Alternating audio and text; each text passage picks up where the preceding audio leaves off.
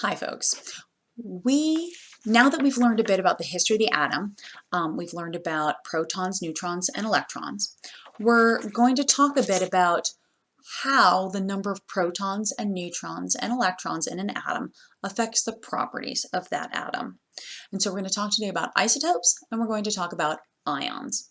In this module, we're mostly going to be focused on isotopes, but students usually find it helpful to talk about protons, neutrons, and electrons all together so they can see the big picture, which is why we are going to talk about ions as well today.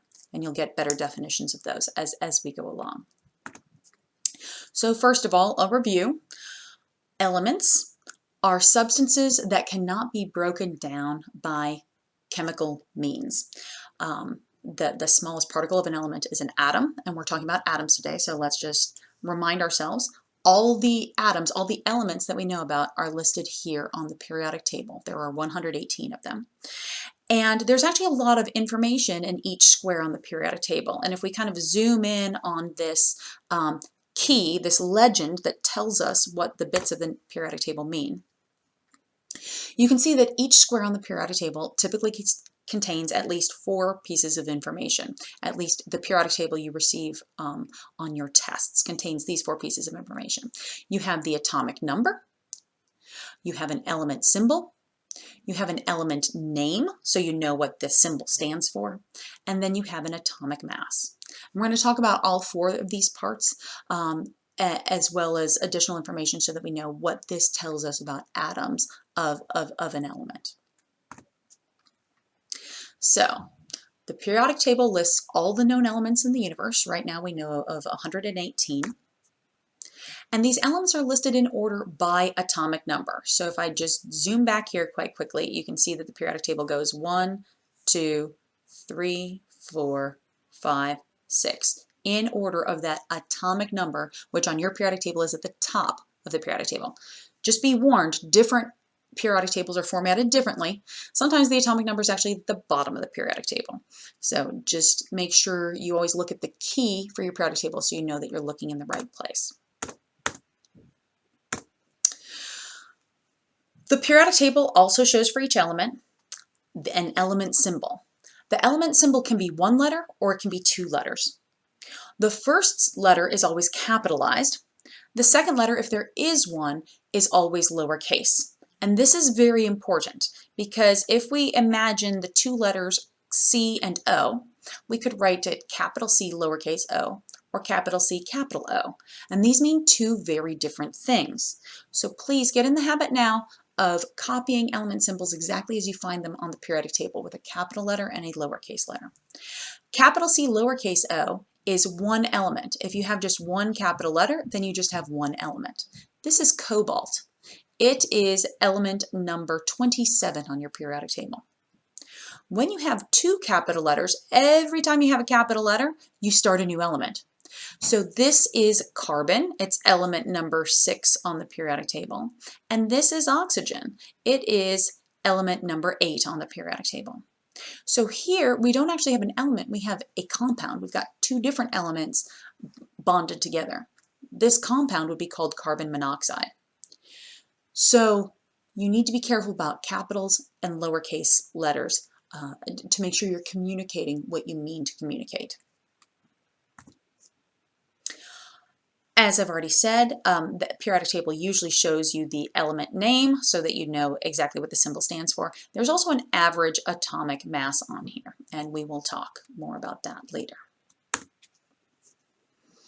Let's focus on the atomic number first. Since the periodic table is organized in order of atomic number must be pretty important. And it is. The atomic number tells you the number of protons in the nucleus of an atom. This number of protons defines the element. If an atom has 6 protons, it has to be carbon. If you have an atom of carbon, it has to have 6 protons. That's what I mean when I say it defines the element. It's a one-way relationship. 6 protons means carbon, carbon means 6 protons. If somehow during a nuclear reaction an atom gains or loses protons, then the element changes.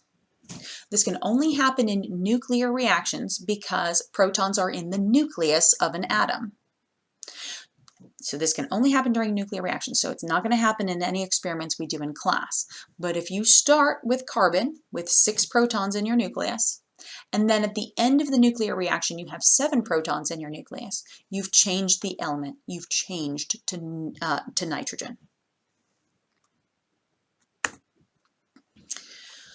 So that's what happens when you change protons. What happens if you change the neutrons or you change the electrons? Let's focus on neutrons first. If an atom gains or loses neutrons, an isotope of the element is formed. An isotope means you've got 2 versions of the same element. Same element means the same number of protons, remember, but a different mass. A different mass. This only happens during nuclear reactions. Again, neutrons are in the nucleus, and so you can't change the number of neutrons unless you change the nucleus. Again, this is beyond what we will do in class this year, in lab, but we need to know about it. We need to know about nuclear reactions and what happens there. And you can change the number of neutrons in a nuclear reaction. Let's look at electrons now. What happens when you change electrons? When you start with a regular atom, a neutral atom, the charge on the atom is 0 because protons have a positive charge, electrons have a negative charge, but you have equal numbers of both, equal protons, equal electrons, and so the 2 charges balance each other out. If you change that, if you change the number of electrons, you're going to change the charge on the atom. And an atom with a charge is called an ion. So if you change electrons, you're going to form an ion, an atom with a charge. You're going to have the same element because if you have the same number of protons, you haven't changed the element, but you have changed the charge. And this happens all the time in chemical reactions. Chemical reactions is all about gaining and losing electrons. So if, for instance, you start with an atom of fluorine, you look up fluorine on your periodic table, this chemical element symbol is F, and that's element number 9 on your periodic table. So I know that fluorine has 9 protons. Now, an atom has no charge. So when I start with my atom, I have equal protons and electrons. I have 9 electrons. That's to start when I have no charge. If my fluorine gains an electron, I have 1 more negative charge than positive charge. More negative charges than positive charges. So I then have an ion with a charge, and I just have 1 more electron than proton, so my charge is just -1. And we're going to learn the notation for writing ion charges a little bit later. So when protons and electrons are equal, your atom does not have a charge. But when protons and electrons are not equal, your atom has a charge. And we call it an ion in that case. Let's summarize about what we know about changing protons, changing neutrons, changing electrons. If you change protons, you change the element. If you change neutrons, you change the mass. Hopefully this makes sense to you because if you think about what we've learned about protons, neutrons, and electrons don't contribute to the mass, but protons and neutrons do. So if you change the neutrons, you change the mass. How about electrons? When you change electrons, you change the charge. Again, hopefully this is something you don't have to memorize because I asked you to remember these facts about protons, neutrons, and electrons. Neutrons don't have a charge, so they don't affect the charge at all. But when you change electrons, electrons do change the charge. And so when you vary the electrons, it varies the charge. Now keep in mind, if I varied the protons, that would change the charge also, but we generally don't change the number of protons because when you change the protons, you change the element. So only very certain types of nuclear reactions actually do that and change the element. Now that we have the overview of what changing each type of subatomic particle does, Well, let's do a little bit of practice first before we learn anything else. So pause the video and then come back and check your answers and see if you did them correctly. How many protons does an atom of lithium have? Well, if I look up lithium, Li, on my periodic table, it's element number 3. So lithium must have 3 protons.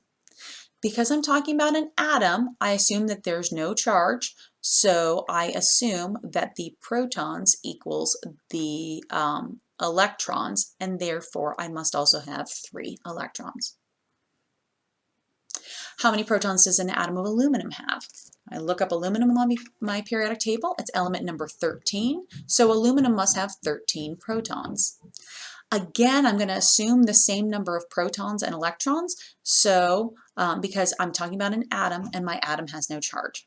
So I have to have equal protons and electrons. Question 3, an atom has 20 protons. What element is it? I look at my periodic table, I see that number 20 is calcium, and so I'm going to write that symbol exactly as I see it on the periodic table, uppercase, lowercase. Okay, and you can write that out as well in word form if that helps you. What if an atom has 14 protons? What element is it? I look on my periodic table, element number 14 is silicon, capital S, lowercase I, silicon. Get in that habit of copying the element symbol exactly as you find it on the periodic table. Some trickier questions now. An ion has 18 electrons and 17 protons. Notice the electrons and protons are not equal anymore, so this element has a charge. I don't need to know what the charge is yet. We haven't learned that yet. But I need to know which of those 2 elements do I look up on my periodic table. Do I look up the 17, which would be chlorine, or do I look up the 18, which would be argon? The key is to remember that protons defines the element. So I want to look up this number, protons. So I look up that 17, and my answer is chlorine. Same thing here for number 6. An ion has 12 protons and 10 electrons. Which of those 2 numbers do I look up? Do I look up the 12, which would be magnesium, or do I look up the 10, which would be neon? And the answer is I look up the protons. So this is magnesium.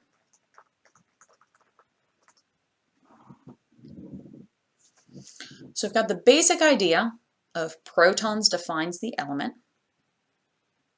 Let's look at isotopes next in a little bit more detail.